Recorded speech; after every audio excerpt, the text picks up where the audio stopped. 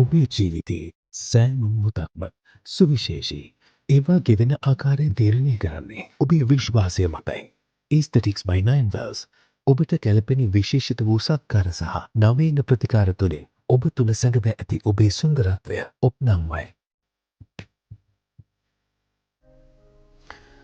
වෛද්‍ය විද්‍යාවේ දියුණුවත් එක්ක සමහරට අවධානය යොමු කරන පරාසයත් එක්ක ඔබ දෙස බලන නැඹුරුව දැන් තවත් වැඩි වෙලා තියෙනවා. සමහර වෙලාවට රෝගයකට ප්‍රතිකාර කරනවා වගේම සමහර විට ඔබව පෙනෙන්න සලස්වන්න ඔබ කැමති ලෙස ඔබ පවත්ව ගන්න උදව් කරන අවස්ථා තියෙනවා. ඒක අපි එක විදිහකින් කිව්වොත් පෞරුෂය කියලා. යහපත් පෞරුෂයක් සමග සමාජයට මුහුණ දෙන්න අවශ්‍ය විදිහට ඔබව සකස් කරන්න, හැඩ ගැහෙන්න උදව් කරන්නත් වෛද්‍ය විද්‍යාව ඇතුළේ ඉඩ තියෙනවා. අද එහෙම අවස්ථාවක් අපි තෝරගත්තේ ඔබට කතා කරන්න. පිරිමි පුද්ගලයින්ගේ පපු පෙදෙස වර්ධනය වීම ඊට ප්‍රතිකාර ශල්‍ය කර්ම කොහොමද සිද්ධ කරන්නේ හඳුනා ගැනීම කොහොමද කියලා තමයි අද අපි කතා කරන්නේ. ඒ වෙනුවෙන් අපි ආරාධනා කළා ප්ලාස්ටික් සැත්කම් පිළිබඳ විශේෂඥ ශල්‍ය වෛද්‍ය අමිල සිරිවර්ධන විශේෂඥ වෛද්‍යතුමාට අයිබෝන් ඔබතුමාට අපි ඒත් එක්කම නයින් වෙල්ස් රෝහලේ වෛද්‍ය සේවා ප්‍රධානී වෛද්‍ය රොමේෂ් ප්‍රනාන්දු වෛද්‍යතුමාටත් අපි ආරාධනා කළා අයිබෝන් ඔබතුමාටත්. මේ තත්ත්වය අපි මුලින්ම හඳුනගත්තොත් පිරිමි පුද්ගලයන්ගේ පපු ප්‍රදේශයේ වර්ධනය වීම කියන එකෙන් අපි එය හඳුන්වන්නේ කොහොමද මුලින්ම ආරම්භයක් විදියට ડોක්ටර්? සමහර වෙලාවට පිරිමි ළමුන්ගේ පපු ප්‍රදේශ සාමාන්‍ය ප්‍රමාණයට වඩා ඉදිරියට නෙරා ඇවිල්ලා තියෙනවා. මේකට අපි කියනවා ක්ලිනිකලි ගයිනකොමැස්ටියා කියලා කන්ඩිෂන් එක. මේකට හේතු කීපයක් තියෙනවා. එක හේතුවක් තමයි සමහර වෙලාවට පියයුර කියන්නේ ග්‍රන්ථියක්. අපි කාන්තාවන්ගේ දක්වොත් ඒක ග්‍රන්ථියක වර්ධනය වෙනවා. ඊට අංගයේ තියෙන හෝමෝන වල අසමතුලිතතාවය ඒ වගේ දේවල් එතන ජානමය ලක්ෂණ නිසා මේක වර්ධනය වෙන්න පුළුවන්. අපි මේකට කියනවා true gynecomastia. එහෙනම් ඇත්ත විදියටම පියයුර වර්ධනය වීම. නමුත් අපේ තියෙන ආහාර රටාවේ වෙනස්කම්, ව්‍යායාම මදිකම ඒ වගේ නිසාත් තෙල් තැන්පත් වීම නිසා මේක වැඩි වෙන්න පුළුවන්. එතකොට මේ හේතු දෙකම නිසා පියුරේ තියෙන ග්‍රන්ථිය වර්ධනය වීම නිසාත් එහෙම නැත්නම් තෙල් තැන්පත් වීම නිසාත් එහෙම නැත්නම් මේ දෙකේම එකතුවක් විදියට මේක පේන්න පුළුවන්. එතකොට සාමාන්‍යයෙන් සාමාන්‍ය ප්‍රමාණයට වඩා කෙනෙක්ගේ ටී-ෂර්ට් එකක් ඇඳලා ෂර්ට් එක ගැලෙව්වත් මේක ටිකක් ඉදිරියට පියුර වගේ පේන්න පුළුවන්. එතකොට මේක පිරිමි ළමුන්ට ගොඩක් වෙලාවට ඒගොල්ලන්ගේ පෞරුෂයට බලපානවා. ප්‍රසිද්ධ ස්ථානයක ටීෂර්ටයක් වගේ එකක් ඇඳන් යන්න. එතකොට අපි හිතමු ස්විමින් පූල් එක නාන්න ගියාමත් ඒ වගේ දේවල් වලට මේ වගේ දේවල් බලපාන්න පුළුවන්. ඒ නිසා මේකට මේ ගයිනකොමැස්ටියා කියන කන්ඩිෂන් එක ගැන ගොඩක් අද සමාජයේ දැනුවත් අපි මං හිතන්නේ මේකට මොකද්ද අපි කරන්න ඕනේ කියන එක කතා කරොත් තවත් වැදගත් වෙයි කියලා. එතකොට මේ වගේ තත්වයක් හඳුනගත්තොත් එය ප්‍රතිකාරයක් කරන්න අවශ්‍ය තත්වයක් විදියට හඳුනගත්තොත් වෛද්‍යවරුන් විදිහට ප්‍රායෝගිකව පාවිච්චි කරන ප්‍රතිකාර ක්‍රම මොනවද කියලා අපි කතා කළොත්. ඔව් මුලින්ම අපි හිතමු කුඩා ළමයෙක්ගේ මේක දැනගත්තොත් අපි සමහරවිට ලේ පරීක්ෂණ කීපයක් කරන්න අවශ්‍ය වෙන්න පුළුවන්. මොකද එයාගේ හෝමෝන වල අසමතුලිතතාවයක් තියෙනවද කියලා බලාගන්න. ඒ වගේම මේ සමහර මේ ග්‍රන්ථිය ලොකු වීමත් එහෙම නැත්නම් මොකක් හරි ලම්ප් එකක් ගෙඩියක් වගේ දෙයක් වෙන්නත් පුළුවන්. ඒ නිසා අපි අනිවාර්යයෙන්ම ස්කෑන් පරීක්ෂණ අල්ට්‍රාසවුන්ඩ් ස්කෑන් පරීක්ෂණ කරලා බලනවා මේක ඇත්තටම ෆැට් එකද තියෙන්නේ මේකේ ග්‍රන්ථියද තියෙන්නේ එහෙම නැත්නම් මේකේ වෙන මොන හරි ගෙඩියක් හරි මොන හරි දෙයක් තියෙනවද කියලා. ඉතින් මේ පරීක්ෂණ ටික කරලා අපිට මේ ගයිනකොමැස්ටියා කියන කන්ඩිෂන් එකද එහෙම නැත්නම් වෙනත් තත්ත්වයක්ද තියෙන කියලා අයිඩෙන්ටිෆයි කරගන්න පුළුවන් අඳුර ගන්න පුළුවන්. එතනින් එහාට තමයි අපේ ට්‍රීට්මන්ට්ස් එහෙම නැත්නම් ප්‍රතිකාර ක්‍රම තීරණය කරන්නේ.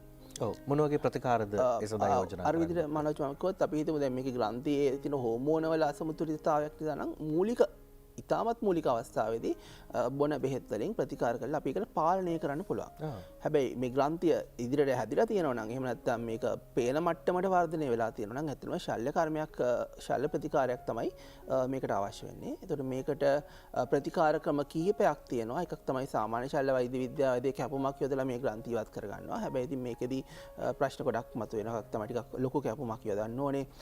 පපුවේ ප්‍රදේශයේ පොඩි වලක් වගේ දෙයක් ඇති වෙන්න පුළුවන්. නමුත් අපි ප්ලාස්ටික් ශල්‍ය වෛද්‍ය විද්‍යාවේ තියෙන ටෙක්නික් එකක් තියෙනවා ලයිපොසක්ෂන් කියලා. එතකොට මේක තමයි ලෝකයේ සාර්ථකව භාවිතා කරන ක්‍රමය.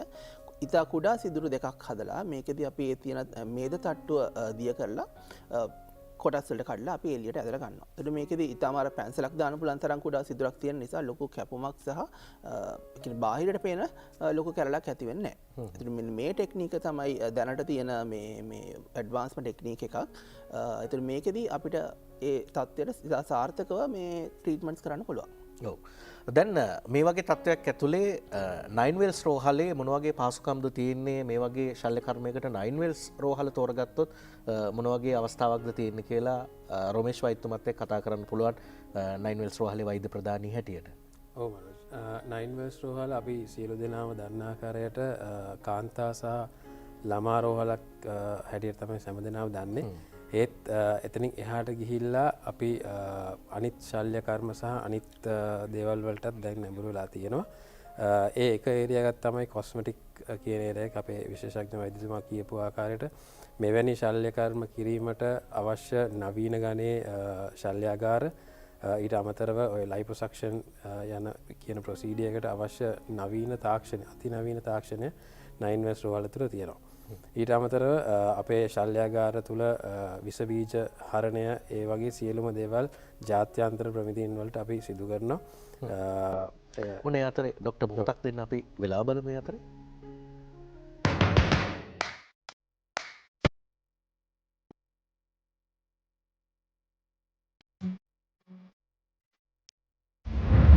ඔබේ ජීවිතයේ සෑම මොහොතක්ම සුවිශේෂී ඒවා ගෙවෙන ආකාරය තීරණය කරන්නේ ඔබේ විශ්වාසය මතයි.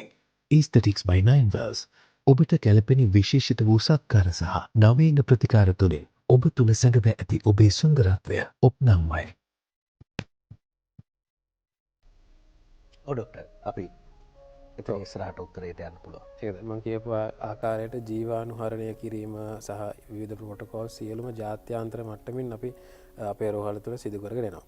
ඊට අමතරව අපි ඕනම ශල්‍ය කර්මයක් ගත්තොත් අතුරු ආබාධයක් තියෙන්න පුළුවන්. හරි ඒ සියලුම දේට අපිට අවශ්‍ය තාක්ෂණය සහ වෛද්‍ය දැනුම කියන්නේ ICU පහසුකම් සියලු දේම අපි සතුව තියෙනවා. එම නිසා මේ ශල්‍ය කර්ම කිරීමට කැමති කට්ටිය කිසිම බයක් සැකක් නැතුව නිස්කලංකව ඇවිල්ලා 9 වෙල්ස් රෝහල තුළ මේක සිදු කරගෙන යන්න පුළුවන් කියලා තමයි මම කියන්නේ. ඔව්. අමලසිරවදන විශේෂඥ වෛද්‍යතුමා දැන් ලයිපොසක්ෂන් කියන ශල්‍ය කර්මය කෙනෙක් තෝරගත්තොත් කොහොමද ඒකට ඔවුන් ලෑස්ති වෙන්න ඕන සූදානම් වෙන්න ඕනේ?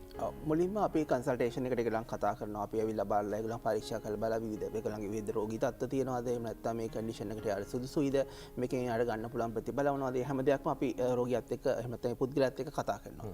ඒතර මේකට සූදානම් වෙන්න විශේෂම සූදානම් වීමක් අවශ්‍ය නැහැ. මොකද මේකට එන්නේ ගොඩක් තරුණ ළමයි. ඒතකොට ඒගොල්ලන් ඔය දියවැඩියාව ප්‍රෙෂර් වගේ තියෙන රෝගී තත්ත්වයේ තියෙන අය නෙමෙයි. ඒතර අපි මූලික ලේ පරීක්ෂණයක් ස්කෑන් පරීක්ෂණයක් කරාට පස්සේ අපිට යාට දිනයක් වෙන් කරගන්න පුළුවන් මේකට. මේක ඇත්තටම මේ ඩේ සර්ජරි එකක් විදිහට අපිට කරන්න පුළුවන්. ඒ කියන්නේ රෝහලේ දවසක් නැවතිලා ඉන්න අවශ්‍ය නැහැ. උදේ ඇවිල්ලා සෙත්කම කරගෙන හවස් වෙද්දි ගෙදර යන්න පුළුවන් තත්ත්වයට අපිට ඒක ඩේ සර්ජරි එකක් විදිහට කරන්න පුළුවන්.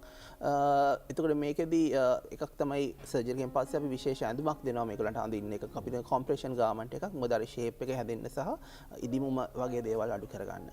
ඒක සාමාන්‍යයෙන් දවස් 5ක් වගේ කාලයක් ඉදිමුම තියෙන්න පුළුවන් සමහර වෙලාවට. හැබැයි මේ ගාමන්ට් එක අපි මාසයක් විතර ඒගොල්ලන්ට අඳින්න කියනවා. ඉතින් ඔබට අවශ්‍ය නම් මේක කරගන්න අපේ කන්සල්ටේෂන් එකට ඇවිත් කතා බහ කරලා ඒ අවශ්‍ය මූලික පරීක්ෂණ ඉතාමත් සුළු මූලික පරීක්ෂණ කිහිපයක් කරගෙන මේකට යොමු වෙන්න පුළුවන්. ඔව්. එතකොට ප්‍රතිකාරයෙන් පස්සේ තව අවධානය යොමු කරන්න ඕන තත්වයන් තියෙනවද? ප්‍රතිකාරයෙන් පස්සේ මම කියු විදිහට අර කොම්ප්‍රෙෂන් ගාමන්ට් එකක් අඳින්න වෙනවා සාමාන්‍ය මාසයක් විතර කාලයක්. මොකද ඒකෙන් තමයි අපි ෂේප් එක හදන්නේ සහ ඉදුවම අඩු කරගන්නේ සහ රිකවරි එක ෆාස් කරගන්නේ. ඊට අමතරව විශේෂ දෙයක් නැහැ. අපි සාමාන්‍යයෙන් සතියකින් සති දෙකකින් සහ මාසෙකින් ෆොලෝ අප් විසිට්ස් වලට ඒගොල්ලන්ට කතා කරනවා. ඒ අතර වාරේ සාමාන්‍යයෙන් දවස් 5ක් වගේ කාලෙදී සාමාන්‍ය රාජකාරී කටයුතු වලට ඔෆිස් එකට යනවා නම් ඒ වගේ දේවල් කරන්න පුළුවන්. ජිම් එකකට වගේ යනවා නම් සති දෙකකින් ඒ නෝමල් විදියට ඒවත් දේවල් කරගන්න පුළුවන්. ඉතින් ඇත්තටම දින 3ක් වෙන 5-4 කාලෙදී සාමාන්‍ය දේවල් ටික සේරම කරගන්න පුළුවන්. ඔව්. ඒ වගේ තත්වකට ඉතා ඉක්මනින් ආයමත් පත්වෙන පුළුවන්. ඒකට හේතුව තමයි මේකදී අපි ලොකු කැපුමක් යොදන්නේ නැහැ සහ ඉතාමත්ම මේ මිනිමලි ඉන්වේසිව් විදියට තමයි මේක කරන්නේ. කියන්නේ ලොකු කියන්නේ පේන් එකක් ඒ වගේ දේවල් ලොකුවට මේ රෝගියාට දැනෙන්නේ නැහැ. එතකොට මේ ශල්‍ය කර්මය තවත් මොන වගේ අවස්ථාවලටද පාවිච්චි කරන්න පුළුවන්? විශේෂ අවස්ථාවකට මේ වෙලාවේ කතා ඔව් කරන්නේ. අපි කතා කරද විශේෂ අවස්ථාවට හැබැයි මේක ඇඟේ තියෙන තෙල් තට්ටු මේද තට්ටු අයින් කරන්න ඕනම අවස්ථාවකදී යොදා ගන්න පුළුවන්. උදරේ වුණා? උදරයේ තියෙන මේද ඉවත් කර ගැනීමට සමහර කාන්තාවන් තියෙන අත් ප්‍රදේශය එතකොට කලවා ප්‍රදේශයේ තියෙන මේද ඉවත් කරන්න ඒ වගේ දේවල් වලටත් මේ ලයිපොසක්ෂන් ටෙක්නික් එක භාවිත කරන්න පුළුවන්. සමහරවගේ මේ ඩබල් චින් තියෙන මූණේ යට මේද තැම්පත් වෙලා තියෙනවා නම් එහෙම නැත්නම් අත්වල කිහිලි යට අන්න ඒ වගේ අපි කියනවා කිහිලි යට තෙල් ගෙඩි තියෙනවා කියලා අන්න ඒ වගේ දේවල් වලට කැපුමක් යොදන්න නැතුව මේ ඊට පහසුවෙන් මේද අයින් කරන්න මේක යොදා ගන්න පුළුවන් මනෝජ්. ඒකම මේ මේද අපිට භාවිතා කරන්න පුළුවන් සිරුරේ හැඩය තව ටිකක් වර්ධනය කරගන්න. අපි හිතමු කෙනෙකුට ඕනනම් තමන්ගේ තට්ටම් ප්‍රදේශයේ ප්‍රමාණය වැඩි කරගන්න සහ ලස්සන කරගන්න මේ මේද අපිට ඒකට පාවිච්චි කරන්න පුළුවන්. ඒ වගේම සමහර කාන්තාවකට අවශ්‍ය නම් තමන්ගේ පියයුර ප්‍රදේශයේ ප්‍රමාණය ලොකු කරගන්න සහ ඊට වඩා එන්හෑන්ස් කරගන්න ඒත් මේ මේදේ පාවිච්චි කරන්න පුළුවන්. ඇත්තට මේ ලයිපොසක්ෂන් කියලා කියන්නේ එක අවස්ථාවකට සීමා වෙච්ච දෙයක් නෙමෙයි. මේක ගොඩක් අවස්ථාවලදී අපිට භාවිතා කරන්න පුළුවන්. ඔව්. දැන් රමේෂ් වෛද්‍යතුමා දැන් මේ ශල්‍ය කර්ම සඳහා 9 වෙල්ස් රෝහල කෙනෙක් තෝරගත්තොත් එතනින් පස්සේ තත්වයන් කොහොමද කියලාත් අපි පැහැදිලි කරමු. ඔව්. මේ විශේෂඥ වෛද්‍යතුමා පැවසූ ආකාරයට ඒක ජර්නි එකක්. එක අවස්ථාවක් නෙවෙයි. ශල්‍ය කර්මයට ප්‍රථමයෙන් කන්සල්ටේෂන්ස් තියෙනවා. ඊට පස්සේ ශල්‍ය කර්මයෙන් පසු තියෙනවා ෆොලෝ අප් විසිට්ස්. ඒ සියලුම අවශ්‍යතාවයන් අපේ ක්ලයන්ට් 9 වෙල්ස් රෝහල තුල අපි සපයලා දෙනවා. ඒ කියන්නේ end to end සර්විස් එකක් දෙනවා. ඒකට දැන් අපේ දුරකථන අංකය තව ටිකකින් තිරේ දිස්වේ. ඒකට කතා කරාම අපේ කාර්ය මණ්ඩලය ලෑස්ති වෙලා ඉන්නවා. කතා කරන්න විතරයි තියෙන්නේ. එතනින් එහාට සියලුම දේවල් අපි ඉතා සුවපහසු ආකාරයට සපයලා දීලා තියෙනවා. ඊට පස්සේ වෛද්‍යතුමා කියපු විදිහට අවශ්‍ය බෑකප් ප්ලෑන්ස් ඊට පස්සේ කරන්න ඕනේ ඒවා කම්ප්‍රෙෂන් ගාමස් ඒවා සියලු දේම අපි ලෑස්ති කරලා දෙනවා. දුරකථන නැවතුම දෙන්න පමණයි තියෙන්නේ. ඉතින් සියල්ල අපි විසින් අපි ලෑස්ති කරලා දෙනවා. අර කිව්වාගේ එක දවසකින් සරල කැපුමකින් මේක සිද්ධ කරගන්නත් ඉතා පහසු ලෙස සුවපහසු ඇවිල්ලා කරගෙන යන්න පුළුවන්. ඔව්. දැන් ඩොක්ටර් එක අවස්ථාවකදී ශල්‍ය කර්මයකට භාජනය වෙන්න පුළුවන්. ලයිපොසක්ෂන් කියන ශල්‍ය කර්මය යෝජනා කරා වගේ මේක අවස්ථාවකදී කිව්වා යම් විදිහකට බෙහෙත් බීලා මේක අවම කරගන්න පුළුවන් කියලා. කියන්නේ මූලික අධීරයේදීද එහෙම පුළුවන් වෙන්නේ? මූලික අධීරයේදී අපි හිතමු ඒක ඇත්තටම මේ ගොඩක් රෙයා කන්ඩිෂන් එකක්. ඒක අපි මූලික අධීරයේදී කියන්නේ ළමා අවස්ථාවේදී අවුරුදු 8ක් 9ක් 10ක් වගේ අවස්ථාවේදී මේක දැනගත්තොත් අපිට බලන්න පුළුවන් ඒගොල්ලන්ගේ හෝමෝන වල වෙනස්කමක් තියෙනවද කියලා. හෝමෝන පරීක්ෂාවේදී මොනවා හරි වෙනස්කමක් තිබුණොත් ඒක අපි හෝමෝන සම්බන්ධ වෛද්‍යවරුන්ට යොමු කරනවා. ඒතකොට ඒ හෝමෝන වල සමතුලිතතාවය නැවත රැකගන්න බෙහෙත් පාවිච්චි කරන්න පුළුවන්. ඒක මූලිකම අවස්ථාවේදී. මම මේ කියන්නේ අපි හිතමු ටීනේජ් ඒජ් එකේදී මේක දැනගත්තොත් කන්ට්‍රෝල් කරගන්න පුළුවන්. හැබැයි මේක වර්ධනය වෙලා තියෙනවා නම් මේක තව ටිකක් දිගට ශල්‍ය කර්මය හැරෙන්න වෙන ප්‍රතිකාරකම ඒ කියන්නේ සාර්ථක ප්‍රතිකාරකම නැහැ. ඇත්තටම මේ නිකන් අපි සෝෂල් මීඩියා මේ ගියොත් තියෙනවා එක දේවල් මේකට කරන්න පුළුවන්. ඉන්ජෙක්ෂන් ගන්න පුළුවන්, අර්ග කරන්න මේ රේඩියෝ ෆ්‍රීකවන්සි කරන්න පුළුවන්. ඒ එක දේවල් තියෙනවා. නමුත් සාර්ථක ප්‍රතිකාරයක් මේකට නැහැ. මොකද මේකේ ෆැක්ට් එක නෙමෙයි තියෙන ග්‍රන්ථියක්. ඒක තමයි තියෙන මූලිකම සිද්ධාන්තය. සමහර හිතනවා මේක ජිම් එකට ගිහිල්ලා ෆුලි වර්ක්අවුට් කරොත් මේක කන්ට්‍රෝල් කරගන්න පුළුවන් කියලා. හැබැයි ඒ වගේ දේවල් වලින් මේකට සාර්ථක විසඳුමක් ලබා ගන්න බෑ. ඒකයි අපි ශල්‍ය කර්මයට යොමු වෙන්න කියලා යෝජනා කරන්නේ. හොඳයි ඒ තත්ත්වය පිළිබඳව ඔබට අවබෝධයක් තිබෙනවා කොහොමද ඊට ප්‍රතිචාර දක්වන්නේ කියලා වෛද්‍යතුමා සඳහන් කරා. 9 වෙල්ස් රෝහල පැත්තෙන් ඊට අවශ්‍ය පහසුකම් සපයන්නේ කොහොමද, ඔබ ඒ සඳහා යොමු කරන්නේ කොහොමද කියන කාරණය මතක් කළා. ඔබට තවදුරටත් තොරතුරු දැනගන්න පුළුවන් තිරේ දිස්වන දුරකථන අංක වලට ඔබ කතා කරන්න 071 035 0228 071 035 0228 දුරකථන අංකයෙන් 9 වෙල්ස් රෝහල අමතලා වැඩිදුර තොරතුරු දැනගන්න පුළුවන්. එහෙමනම් ඔබතුමාලා දෙදෙනාටම ස්තුතියි ඒ පිළිබඳව කරොත්පු දැනුවත් කිරීමට. බොහොම ස්තුතියි ඩොක්ටර්. ආයිබෝවන්.